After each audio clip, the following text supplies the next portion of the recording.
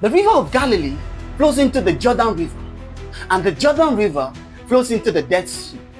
Now, there is something about the river of Galilee and the Jordan River. Both of them have different types of fishes, plants, and animals.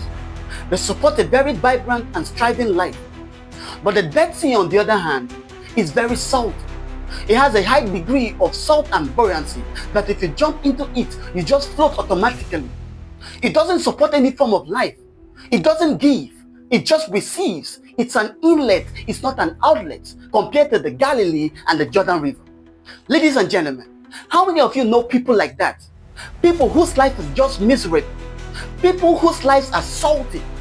People who are just a walking, talking dead. People who are not giving but only receiving.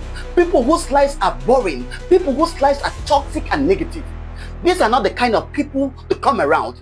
These are not the kind of people to stay around. Ladies and gentlemen, I'd like you to realize that you begin to live a more meaningful and wonderful life once you learn to give. Once you begin to support people. Once you begin to render service to people. We live in a time and era where lots of families are losing their jobs and businesses. We live in a time and era where young boys and girls are giving up in life. They are giving up in their vision, their dreams in life. They are beginning to take up activities like internet fraud and a lot of other negative activities. This is the best time more than ever for you to help, for you to give to people, for you to render service. I'd like you to realize that the act of giving is the best form of life. There are people to help. There are lots of needy. There are lots of people who are frustrated and sad in life. You can help them out. You can give to them. You can take away sadness and that misery from their life. I'd like you to realize that service is the rent you pay on earth for using up time. What are you using with your time? What are you doing with your time and your service? I'd like you to realize that one of the greatest legacies you will leave on earth is the lives you touch.